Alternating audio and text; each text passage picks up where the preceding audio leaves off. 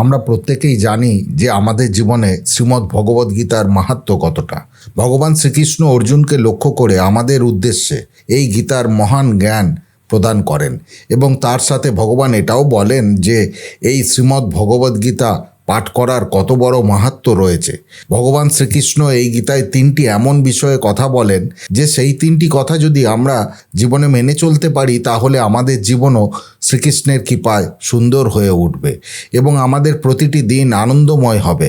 অর্থাৎ পরমেশ্বর ভগবান শ্রীকৃষ্ণ ভগবদ্ গীতা জুড়ে 3টি মূল কথা বারবার বলে গেছেন, যেটা আমাদের প্রত্যেকেরই অনুসরণ করা উচিত।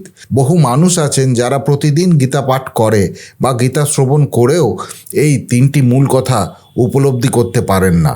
এই 3টি বিষয়ের মধ্যেই লুকিয়ে আছে সমগ্র গীতার মূল সার কথা। আজ এই ভিডিওর মাধ্যমে সেই 3টি বিষয়ের কথা আমি আপনাদেরকে জানাবো, যেটা জানার পর আপনারা অবাক হয়ে যাবেন। যদি এই বিষয়গুলি আপনি উপলব্ধি করতে পারেন তাহলে আপনার জীবনও সহজ হয়ে উঠবে, আপনার জীবনও অনেক সুন্দরভাবে গড়ে উঠবে, আপনিও পাবেন ভগবান শ্রীকৃষ্ণের অপার করুণা। এই 3টি কথা মেনে চললে আপনাদের জীবনের যত সমস্যা আছে সব দূর হয়ে যাবে এবং খারাপ সময় দূর হয়ে গিয়ে মনের মধ্যে এক অপার শান্তি অনুভব করতে পারবেন। আমাদের প্রত্যেকটা দিন অত্যন্ত ভালোভাবে কাটবে। তাহলে আসুন শুনে নেওয়া যাক শ্রীমদ্ ভগবদ্গীতার মূল 3টি সার কথা কী কী। এই 3টি সার কথা আপনাদেরকে 3টি সুন্দর কাহিনীর মাধ্যমে বোঝাবো, যাতে এই 3টি কাহিনী শোনার পর আপনারা স্পষ্টভাবে বুঝতে পারবেন যে কোন 3টি জিনিস আমাদেরকে প্রত্যেক দিন মেনে চলতে হবে। প্রথম গল্প। একবার নারদ মুনি প্রভু নারায়ণের আদেশে পৃথিবীতে আসেন কিছু কাজের জন্য। কাজ ছেড়ে ফিরে যাবার পথে এক ধার্মিক ব্রাহ্মণ নারদ মুনিকে দেখে জিজ্ঞাসা করলেন, হে নারদ মুনি, আপনি কি প্রভু নারায়ণের সঙ্গে দেখা করতে যাচ্ছেন? নারদ মুনি উত্তরে বলেন, হ্যাঁ। তখন সেই ধার্মিক ব্রাহ্মণ তাকে বললেন, তাহলে আপনি প্রভুকে কি জিজ্ঞাসা করতে পারবেন যে কবে আমি এই সংসারের সকল জ্বালা যন্ত্রণা থেকে মুক্তি পাব এবং প্রভুর কাছে গিয়ে বৈকুণ্ঠে আনন্দে বাস করতে পারবো? নারদ মুনি তার কথায় সম্মতি জানিয়ে বললেন, আচ্ছা ঠিক আছে, আমি নিশ্চয়ই জিজ্ঞাসা করব। এই বলে নারদ মুনি সেখান থেকে প্রস্থান করলেন। কিছুক্ষণ যাবার পর একজন মুচি যে গাছের তলায় বসে জুতা সেলাই করছিল, তিনিও নারদ মুনিকে দেখে জিজ্ঞাসা করলেন যে আপনি কি প্রভু নারায়ণের সঙ্গে দেখা করতে যাচ্ছেন? নারদ মুনি পুনরায় সম্মতি জানিয়ে বললেন যে হ্যাঁ, তিনি প্রভু নারায়ণের সঙ্গেই দেখা করতে যাচ্ছেন। তখন সেই মুচি তাকে জিজ্ঞাসা করলেন, তাহলে আপনি প্রভুকে কি একটি কথা জিজ্ঞাসা করতে পারবেন যে কবে আমি সংসারের জ্বালা যন্ত্রণা থেকে মুক্তি পাব এবং প্রভুর কাছে বৈকুণ্ঠে গিয়ে আনন্দে বসবাস করতে পারব? তখন নারদ মুনি তাকে বললেন, আচ্ছা ঠিক আছে, আমি প্রভুকে নিশ্চয়ই জিজ্ঞাসা করব। এই বলে নারদ মুনি সেখান থেকে প্রস্থান করলেন এবং বৈকুণ্ঠে এসে প্রভু নারায়ণের সঙ্গে দেখা করলেন। কথা মতো তিনি নারায়ণের কাছে গিয়ে সেই 2 ব্যক্তির অর্থাৎ ব্রাহ্মণ এবং মুচির মুক্তির ব্যাপারে জিজ্ঞাসা করলেন। 2জন ব্যক্তির কথা শোনার পর উত্তরে নারায়ণ বললেন, মুচি তার মৃত্যুর পর আমার কাছে এসে আনন্দে থাকবে। নারদ মুনি তখন নারায়ণকে জিজ্ঞাসা করলেন, কিন্তু ধার্মিক ব্রাহ্মণের কি হবে? উত্তরে নারায়ণ বললেন, ব্রাহ্মণকে আরও অনেক জন্মগ্রহণ করতে হবে এবং সংসারে জ্বালা যন্ত্রণা ভোগ করতে হবে। সে কত জন্মে মুক্তি পাবে সেই ব্যাপারেও এখনও কিছু বলা যাচ্ছে না।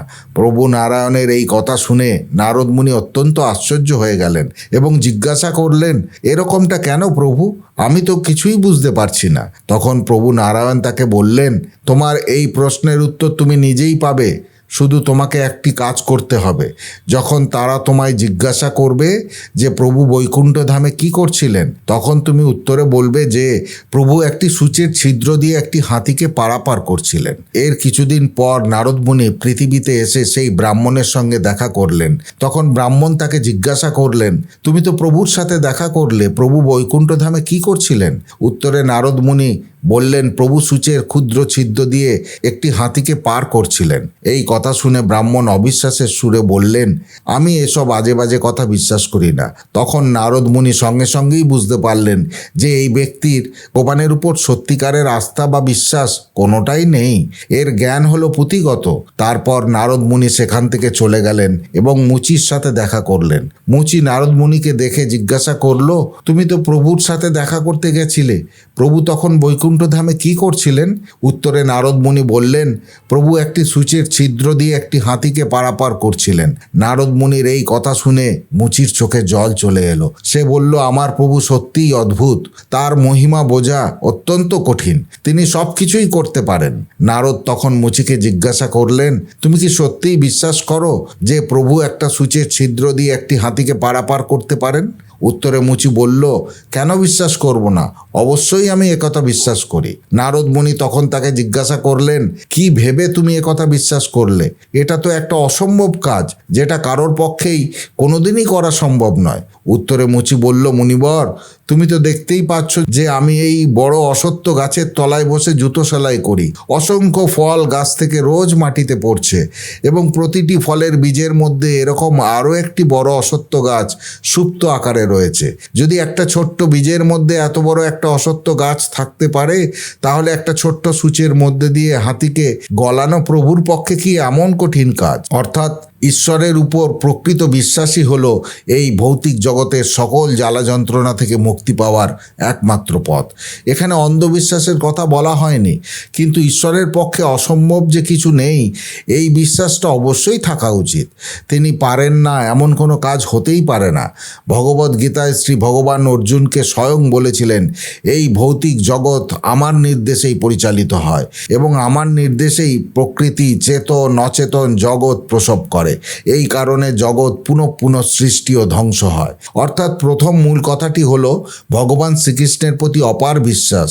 এবারে আপনাদের বলবো দ্বিতীয় গল্পটি। একজন মহিলা ভক্ত ছিলেন, যিনি রোজ সকালে ঘুম থেকে উঠে স্নান করার পর রান্না করতেন এবং তারপর সেই খাবার খেয়ে তিনি ভগবানের পূজা করতেন। একদিন তার বাড়িতে একজন আত্মীয় এলেন।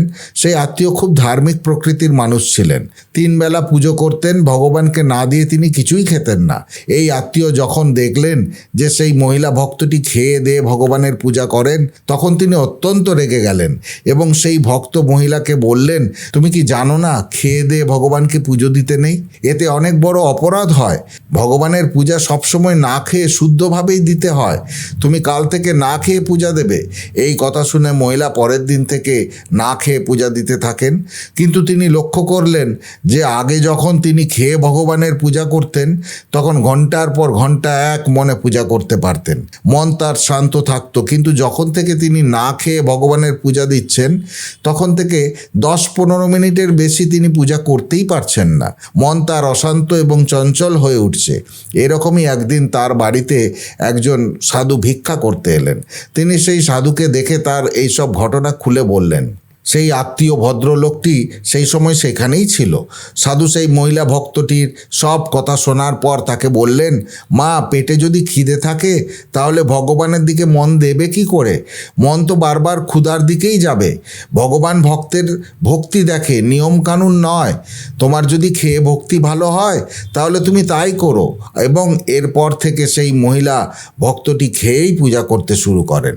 শ্রী রামকৃষ্ণ পরমহংসদেব তার এক ভক্তকে একবার বলেছিলেন, তুমি খালি পেটে পূজা দিতে বসলে আর তোমার মন ঈশ্বরের দিকে না গিয়ে খাবারের দিকে চলে গেল। এতে কোনো লাভ হলো না। এর চেয়ে অনেক ভালো যদি তুমি খেয়ে দিয়ে শান্ত মনে পূজা করতে বসো। অর্থাৎ দ্বিতীয় যে বিষয়টি আমরা জানতে পারলাম তা হলো ভগবানের পুজোয় সবথেকে ঊর্ধ্বে যা থাকে তা হলো ভক্তি। ভগবান শ্রীকৃষ্ণ শ্রীমদ্ ভগবদ্ গীতাতেও এটাই বলেছেন। তিনি বলেছেন, তুমি পূর্ণ ভক্তির সাথে সব কিছু আমাকে সমর্পণ করে দাও, তবেই তুমি ভগবত ধামে যেতে পারবে এবং অন্তে পরম পদ প্রাপ্ত হবে। পরমেশ্বরের প্রতি থাকতে হবে অচলা ভক্তি। এই ভক্তির দ্বারাই জীবনের সব খুশি লাভ করা সম্ভব, কারণ ভগবান ভক্তের এই ভক্তির দ্বারাই প্রসন্ন হয়ে ভক্তের উপরে কৃপা করে থাকেন। এবারে আমরা জেনে নেব তৃতীয় গল্পটি। এক কৃষ্ণ ভক্ত উত্তরপ্রদেশের কানপুরের আখেরি গ্রামে এক সাত্ত্বিক ব্রাহ্মণ পরিবারে জন্মগ্রহণ করেন। জন্মের সময় তার পিতার দেওয়া নাম ছিল অনিরুদ্ধ কুমার পাণ্ডে। তার ঠাকুরদাদা একজন সন্ন্যাসী ছিলেন এবং তাদের পরিবারের পরিবেশটি অত্যন্ত ভক্তিমূলক ও শুদ্ধ ছিল। তার বাবার নাম ছিল শ্রী পাণ্ডে, যিনি পরে সন্ন্যাস গ্রহণ করেছিলেন। তার মা প্রতিদিন সাধু সেবা করতেন এবং অন্যান্য আধ্যাত্মিক কাজে ব্যস্ত থাকতেন।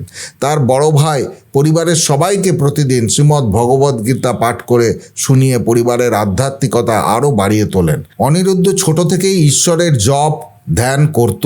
সে যখন একটু বড় হলো তখন তার হঠাৎ করে একদিন উপলব্ধি হয় যে তার পিতা মাতা এবং সব কাছের মানুষই তাকে একদিন ছেড়ে চলে যাবে। অর্থাৎ এই পৃথিবীতে সব কিছুই হলো অনিত্য, কোনো কিছুই সারা জীবনের জন্য তার সাথে থাকবে না এবং কোনো কিছুই তাকে সব সময়ের জন্য আনন্দ দিতে পারবে না, একমাত্র ঈশ্বরের ভালোবাসা এবং ভক্তি ছাড়া। এই জগতে ঈশ্বরই একমাত্র যে তার সাথে সব সময় থাকবে, অর্থাৎ ঈশ্বরই একমাত্র যা তাকে চিরশান্তি ও আনন্দ দিতে পারে এবং এই ভালোবাসায় দুঃখ পাওয়ার কোনো সম্ভাবনা নেই। এই সব উপলব্ধি যখন তার মধ্যে আসে তখন তার বয়স মাত্র 13 বছর এবং সেই বয়সেই তিনি সিদ্ধান্ত নেন যে তিনি গৃহত্যাগ করে সন্ন্যাসী হবেন। তিনি এই সিদ্ধান্তের কথা তার মাকে জানালেন এবং তারপরে তিনি ঈশ্বর সাধনায় বেরিয়ে পড়লেন। কিন্তু বেরিয়ে পড়ার পর তার জীবনে কষ্ট কিন্তু কম ছিল না। বৃন্দাবনের গলিতে গলিতে তিনি প্রতিদিন ভিক্ষা করে বেড়াতেন। কেউ খাবার দিলে তিনি খেতেন, নয়তো বেশিরভাগ সময় তিনি ক্ষুধার্তই থাকতেন। তবে যখন মাঝে মাঝে তিনি কোনো খাবার পেতেন না তখন একজন কৃষ্ণ ভক্ত মহিলা ছিলেন যিনি দিনের শেষে তাকে অন্তত 2টো রুটি খাওয়াতেন। শীতের দিনগুলোতে তার গায়ে কোনো বস্ত্র থাকতো না, চটের বস্তা সেলাই করেই তিনি নিজের গায়ে জড়িয়ে নিতেন। সারাদিন শুধু একটাই তার কাজ ছিল, কৃষ্ণ নাম জপ করা। প্রথমে তিনি গঙ্গার ধারে থাকতে শুরু করলেন, সেখানে তিনি শিবের নাম জপ করতেন। তারপর শিবের প্রেরণা পেয়ে তিনি আসেন বৃন্দাবনে এবং বৃন্দাবনে তিনি রাধারানীর সেবায় নিজেকে নিয়োজিত করেন। পরে যখন ধীরে ধীরে উনার সাধন বলের কারণে তার নাম প্রচার হতে শুরু করলো তখন হাজার হাজার মানুষ তাকে দর্শন করতে আসে। পরে সকলে জানতে পারে 20 বছর ধরে তার 2টো কিডনি খারাপ। তিনি তার একটি কিডনির নাম দেন কৃষ্ণ এবং অন্যটির নাম দেন রাধা। যখন তার শিষ্য ভক্তরা জানতে পারেন যে তার 2টো কিডনিই খারাপ তখন বহু মানুষ নিজের কিডনি তাকে দান করতে আসেন। কিন্তু এই কৃষ্ণ ভক্ত কারোর কিডনি নিতে রাজি হননি। তিনি বলতেন যে আমি কাউকে কষ্ট দিতে চাই না। তিনি আরও বলতেন যে শ্রীকৃষ্ণ চাইছেন বলেই তিনি 2টো কিডনি ছাড়াই 20 বছর ধরে বেঁচে আছেন, কারণ ডাক্তার তাকে অনেক আগেই বলে দিয়েছিলেন যে খুব বেশি দিন তিনি আর বাঁচবেন না। এটা আমাদের মূর্খতা যে আমরা ভাবি যে এটা না হলে ওটা হবে না, বা সব কিছু আমরা যুক্তিতর্ক বা ব্যাখ্যার মাধ্যমে বোঝার চেষ্টা করি বা বিজ্ঞানের বাইরে গিয়ে ভাবতে পারি না। কিন্তু ভগবান এই সব কিছুর থেকে ঊর্ধ্বে। তিনি চাইলে এই জগতের সব কিছুই সম্ভব হতে পারে যা কখনো যুক্তিতর্কের দ্বারা বলা বা বোঝানো সম্ভব নয়। তিনি আরও বলেন ভগবান চাইছেন বলেই আমার 2টো কিডনি ছাড়া আমি এতদিন বেঁচে আছি। আবার তিনি যেদিন চাইবেন না সেদিন তিনি এই দেহ থেকে প্রাণ নিয়ে নেবেন। সব কিছুই রয়েছে তার হাতে আর তার উপরে সব কিছু ছেড়ে দিয়ে আমি বসে আছি।